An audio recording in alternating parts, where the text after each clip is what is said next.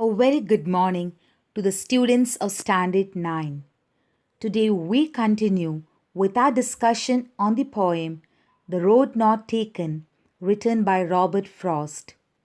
In this poem, I am going to talk about the various poetic and literary devices used by the poet to enhance the beauty of the poem.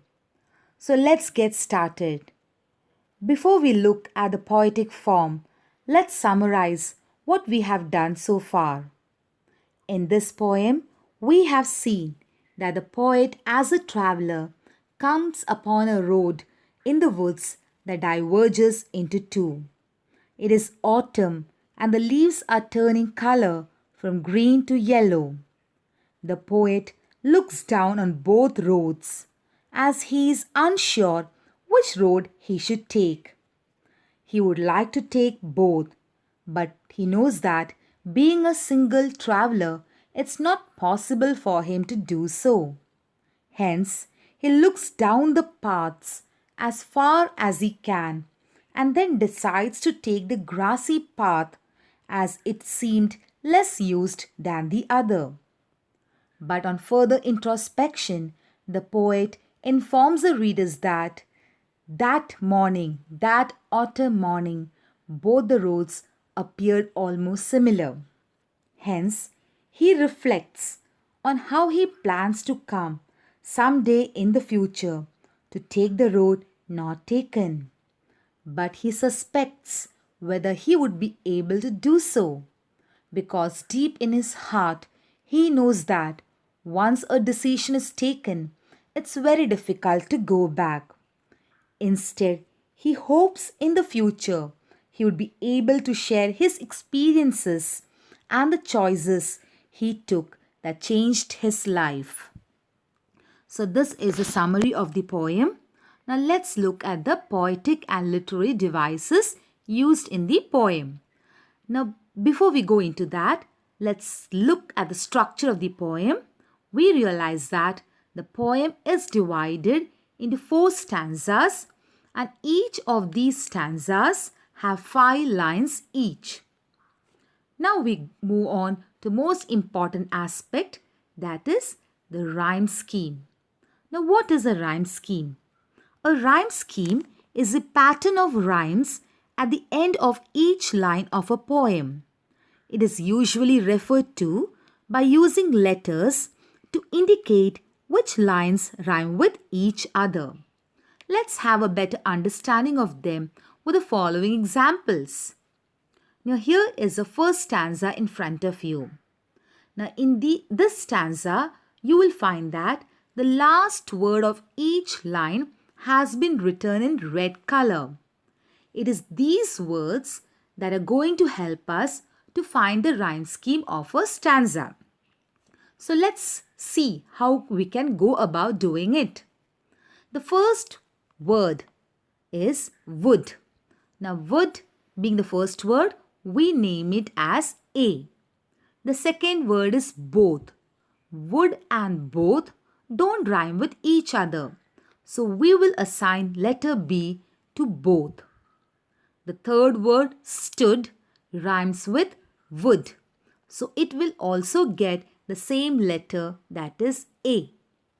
Could rhymes with both wood and stood.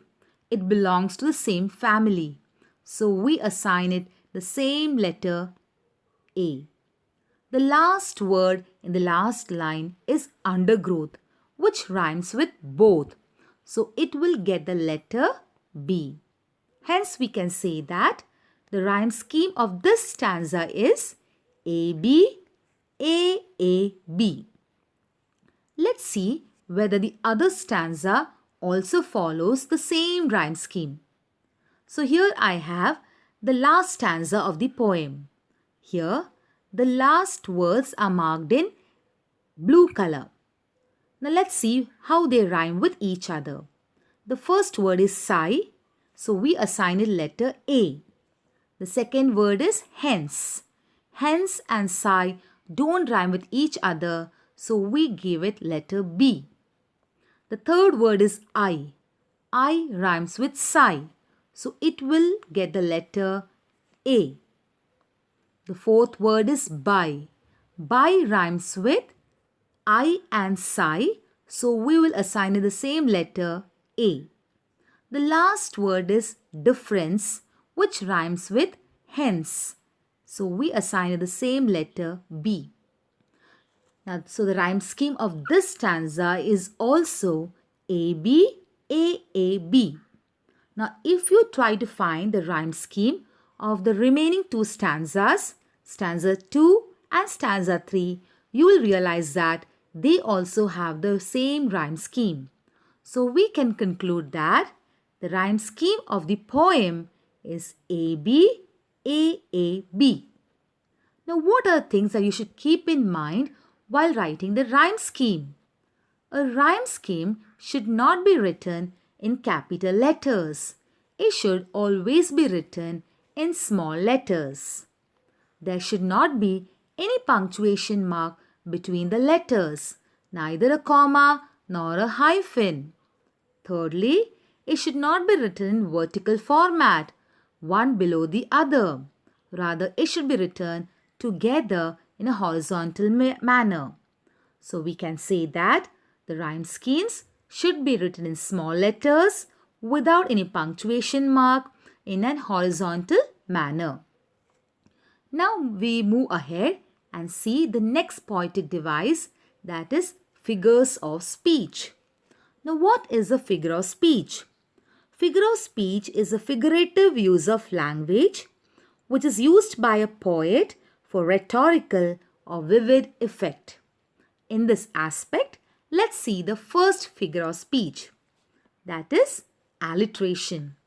We all know that in English language there are 26 letters, out of which 21 are consonants and 5 are vowels. Each of these consonants and vowels have their own sound.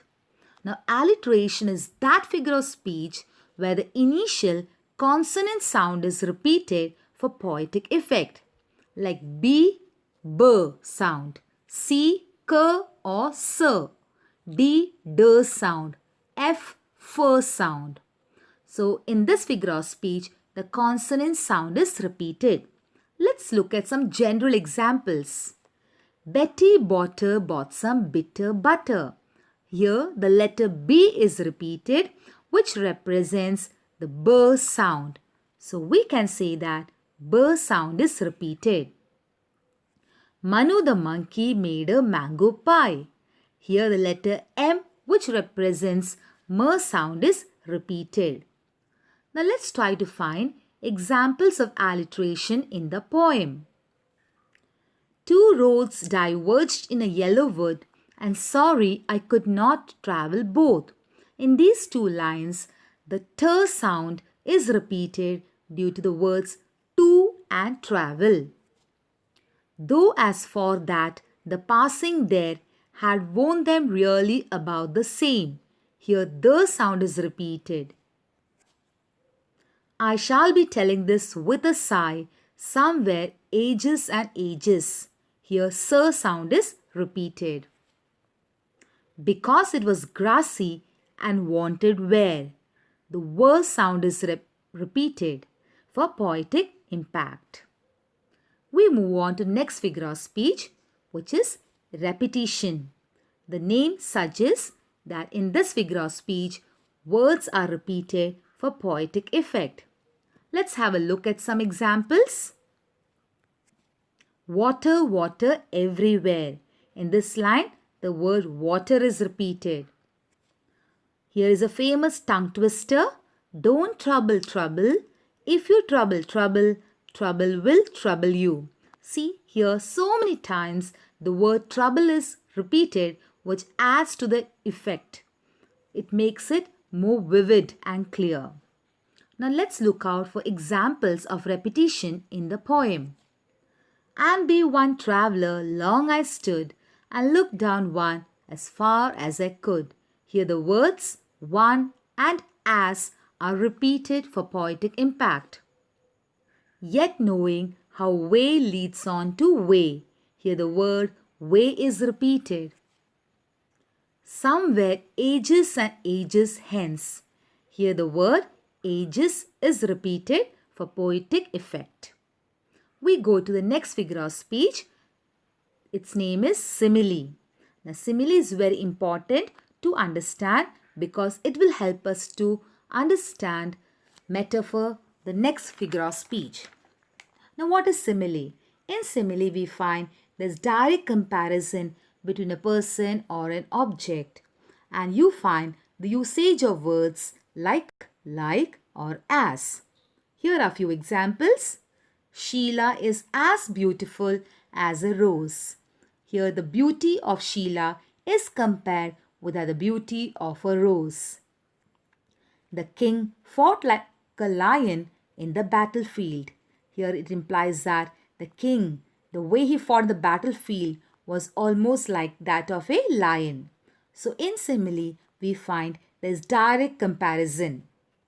So moving ahead, we go to the next and the last figure of speech in this poem, that is metaphor. Metaphor is exactly opposite to that of simile. While simile was direct comparison, metaphor is indirect comparison. The comparison is implied, as in, the king was a lion in the battlefield. Now, it does not mean that the king, when he went to the battlefield, he transformed into a lion. Here it simply means that his power, the way he fought, was similar to that of a lion. She is a beautiful rose. Again, here the beauty of the girl is indirectly compared to that of a rose. Now let's look for the examples of metaphor in the poem. This entire poem is an example of extended metaphor of life. So first example that you find is the road. The road is a metaphor for the journey of life because the poet is metaphorically comparing the road to that of a journey. And the two roads actually refers to the two choices one must make in life. The poet compares himself to a traveler, and hence he says that as a traveler he needs to make choices which is going to shape his future. The next example is the undergrowth that the poet sees at the end of the road. He says that at the end of a road, he can see the undergrowth, after which his view is hidden. Here, the undergrowth refers to the obstacles and challenges one has to face while taking the decision. And the last one, the grass, the grassy road, where the poet says that he chose a grassy road because it was less traveled. It means that not many people had chosen that kind of road, that kind of life. Hence, we can say that the entire poem is an extended metaphor of life. Thank you, children. I hope you have understood how you could find the rhyme scheme of a poem and identify the various figures of speech implied in the poem. Thank you once again.